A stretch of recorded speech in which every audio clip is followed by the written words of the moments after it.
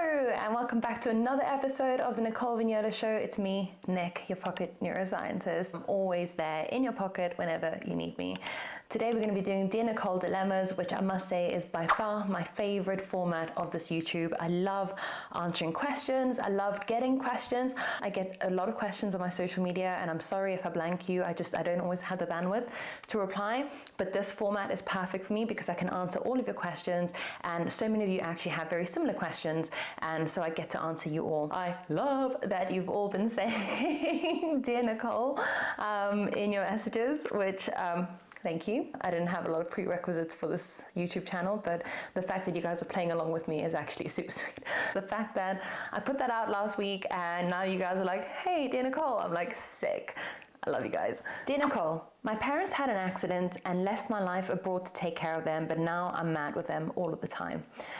The way that I would approach this personally is sometimes we look at life as the single moment. And I think what really helps me is to zoom out and see life as this kind of like continuum. And this is just a little small part in that moment in time that is requiring you to be a particular thing or requiring you to be in a particular place that maybe you don't want to be. But in the grand scheme of things, you've got this timeline and it's just a blip. That's helpful. But the way that I see it is that you can also shift your mindset around how, yes, you had to give up the life that you wanted or had to do this, but what can you gain from this? Like, what are the kind of things that you can learn? Because at some point it will change, and I hope for your sake that it does change, that you'll be able to go on and do the things that you want to do. But in this moment in time, what can you gain from that? If you want to send me a follow-up question, because I want to know a little bit more about your situation, I think that'll really help me in being able to fully answer your question. Dear Nicole, I've been playing small and avoiding judgment, rejection, and it's now impacting my business and my ability to find a man. I had a lot of questions. I have so many questions around dating. I think I need to start like a spin-off of like Dear Nicole's dating dilemmas. So thank you for appointing me as your sweetheart of self-development that apparently knows how to date. Love talking about dating. I love talking about relationships. I actually want to write a book one day on relationships.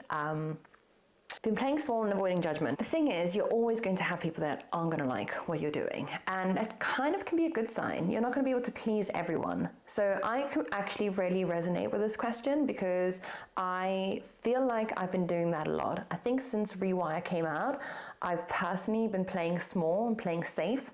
And I've reached the point where I'm like now learning to embrace the unknown, hurl myself into the darkness. And you know, I actually wrote about this in the outro of my book, and I'm only read you guys a little section of it. I don't know if you have read Rewire, but if you haven't, you know, I can thoroughly say that it's a good book. Yours truly wrote it. I definitely recommend it. By virtue of the associations between the synapses that communicate with one another in your brain, you can create your own mind and be whoever you want to be. By virtue of the associations between the neurons in your brain, you're capable of anything. Create yourself, commit yourself, shake hands on it with yourself. Set yourself free of this feeling that you're stuck. You spent a long time running in fear, but fear is not your enemy. Fear is your reason to do it. And when you accept the fear, you learn that it wasn't all that scary in the first place. The world will commend your courage. Courage is not the absence of fear, but rather the triumph over it. It is acknowledging fear, yet choosing to move forward with purpose and conviction. Hurl yourself into the darkness with courage and come to learn that you are the light that allows you to see. A light that is joyful and helps you live without negative self-beliefs that whisper you're not good enough. Hurl yourself into the unknown and come to learn that every bit of knowledge you need is at your fingertips, that the obstacle you were afraid to climb is in fact the first step that took you over the line. Give yourself and your brain more credit because the only thing that's stopping you right now is you. Everything you've been through has prepared you for this, and when things start falling apart again, because they will, remember that you're equipped to deal with the adversities that life throws your way. Face your fears, push through the unknown, you never know what's on the other side. Perhaps it's failure, perhaps it's not. Perhaps you'll believe me when I tell you that there's no such thing as failure. Not really anyway. So fail away, it's all a learning experience. The race is against yourself. I think that that's one of the biggest teachings, is to embrace the unknown, because we are so afraid of the unknown And we're so constantly trying to control the outcome of things so bad that we'll play small, that we'll avoid the judgment. And so we stifle our own creativity, our own ability to kind of see what's going to happen. And I understand why we're always trying to control the outcome of things. It's a naturalistic survival mechanism. But you know, when we stop controlling the outcome of the situation, we start to see the beauty in what is right now. It might not work out, and that's okay, because you've got to enjoy what it was for that time, in that moment, right here, right now. When we're constantly playing small, avoiding the fear of judgment, trying to control the outcome of a situation, we forget to slow down and look at the beauty in that present moment.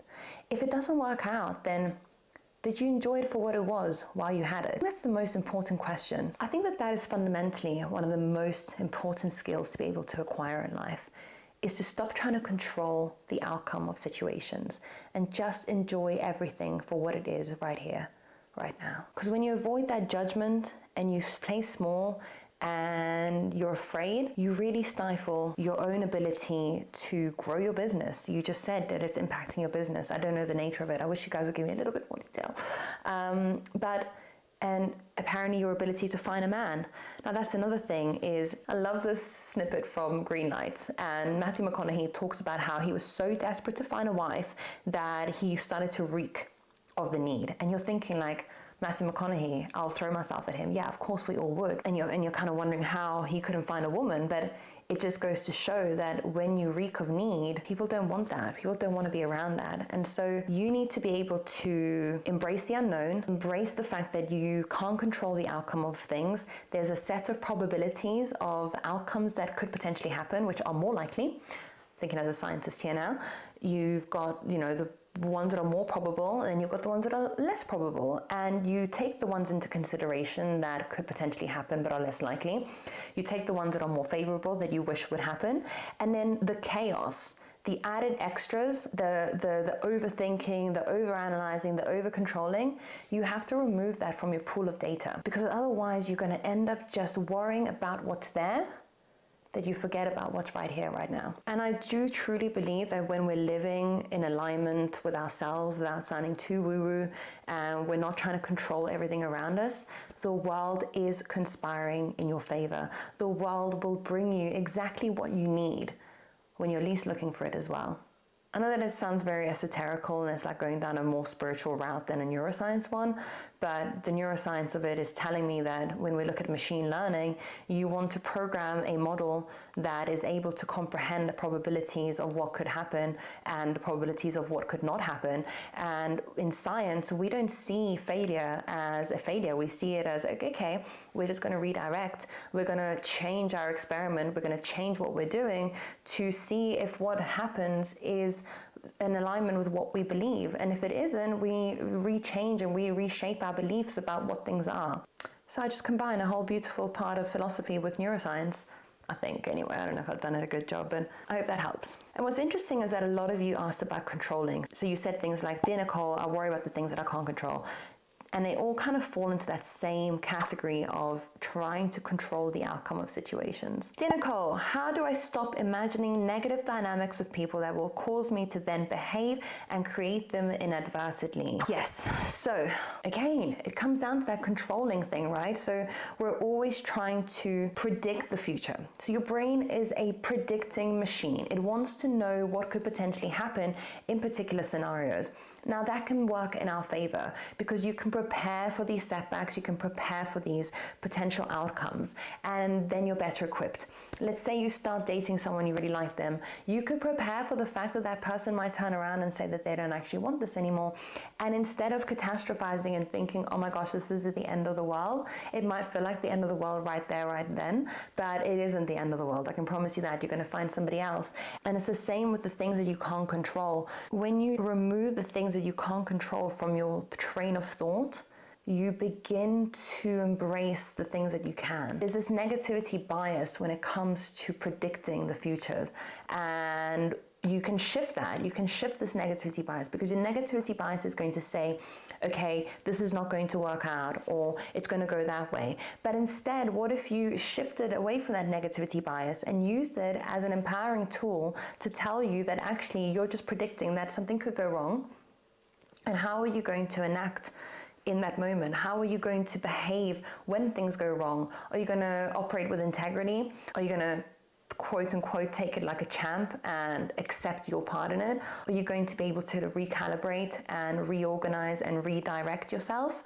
You know, if you guys haven't seen my video on my 11 rejections from medical school, then I encourage you to watch that, because it wasn't a rejection, it was a redirection, and everything is a redirection in life. So if you can't control the outcome of it, you might as well just enjoy that moment in that present. If it helps, you can write a list. What can you control? What can you not control? And every time you stop worrying about the things you can't control, you can redivert your focus on the things that you can control, because that'll snap you out of that negative bias type thinking that tells you to ruminate and catastrophize.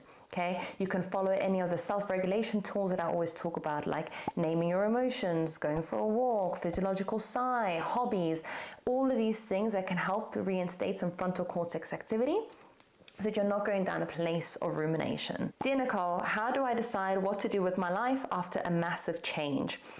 I love this question, because your brain is a database of information of all of the things that you've ever experienced in your life, plus all the things that you wish you had in your life. So it's a machine that is based on previous learning, but it's also a machine that then bases its outcomes on predictions and what it would like and where you would like to be. It's what makes humans so wonderful, that we have this autonoetic consciousness which allows us to place ourselves in a future time to tell us what we want and who we want to be. And so you can combine those two systems by essentially planting a seed. I did this when I got the book deal. So I remember not really knowing what I wanted to write about. I kind of had an idea. So what I did is I planted the seed of information. I said, okay, I want to write this book. I want it to look a particular way. I want to help people in this particular way. Where do I go with this? Your brain is cross-referencing information at a subconscious level, and that is why you get these kind of genius ideas when you're doing something mundane like washing dishes. Maybe you're in the shower. When you're in the shower, your brain is at its calmest, at its safest. It can think its most creatively when you're in a place of calm. And so when you plant that seed, you're essentially then telling your brain what's important, and it's going to start scanning your environment to bring to your attention the thing that you want, whilst also simultaneously cross-referencing with previous information about what you know about the world.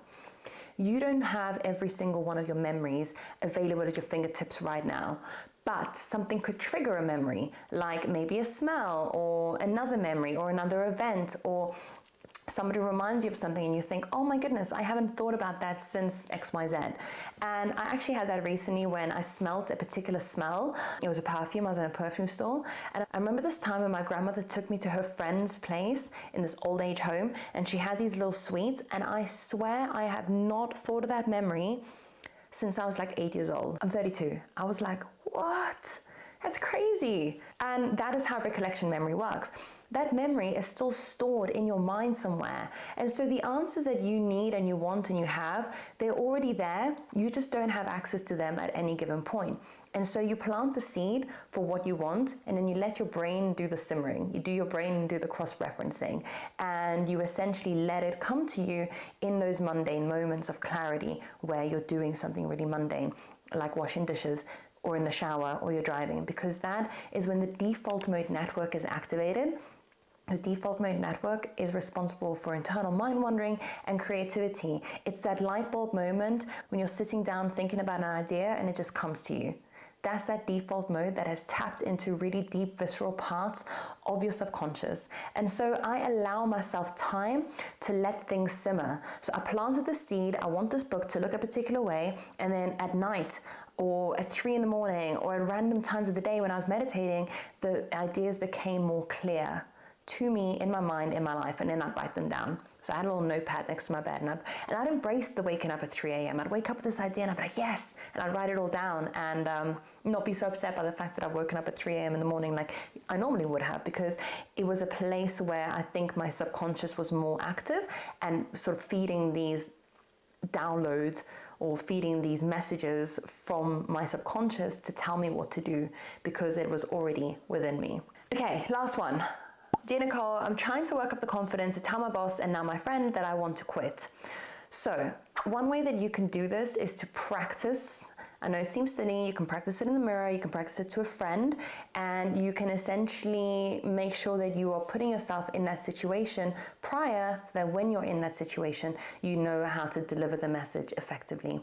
Now, I'm a prolific, let's have a difficult conversation person, because I think we're losing the ability to be able to communicate. You know, with phones nowadays, it's easy to be able to send a text message. It's easy to get lost in translation when having these conversations, when there's no visual feedback involved and there's no tone and there's no body language. I know you can't get body language on the phone when you're on the phone with someone, but it's still that ability to have those difficult conversations. And I think that we should embrace them, because I think we're losing the ability to be able to have them. So pick up the phone, have that tough conversation. I mean, it sounds like you need to do this in person. I definitely wouldn't be doing this over the phone, but practice it. Go to your friend, say it the way it is. I also have this thing when I need to send like a risky text, I'll be like 3, 2, 1, send, I can't go back. And I literally send it and I can't go back. I'm like, I can't go back. I know you can delete messages nowadays, but I just don't bother with that. So yeah, give it a go. I think difficult conversations, we can navigate them better than we think we can. And I think that they are a really vital part of life. I think we're losing the ability to be able to have them. So have the difficult conversation, reward yourself for having that difficult conversation, because difficult conversations are part of everyday life and we should be able to know how to do them. And again, that time frame that I was telling you about, this is just a blip in that moment in time. In the grand scheme of things, you'll laugh about it in a year's time. Guys, I hope that this was helpful. It's me, Nick, your pocket neuroscientist. Thank you so much for tuning in today, my community, my Rewire Collective. Please like, comment, and subscribe. Please share this channel with your friends. We are going to the stratosphere and beyond.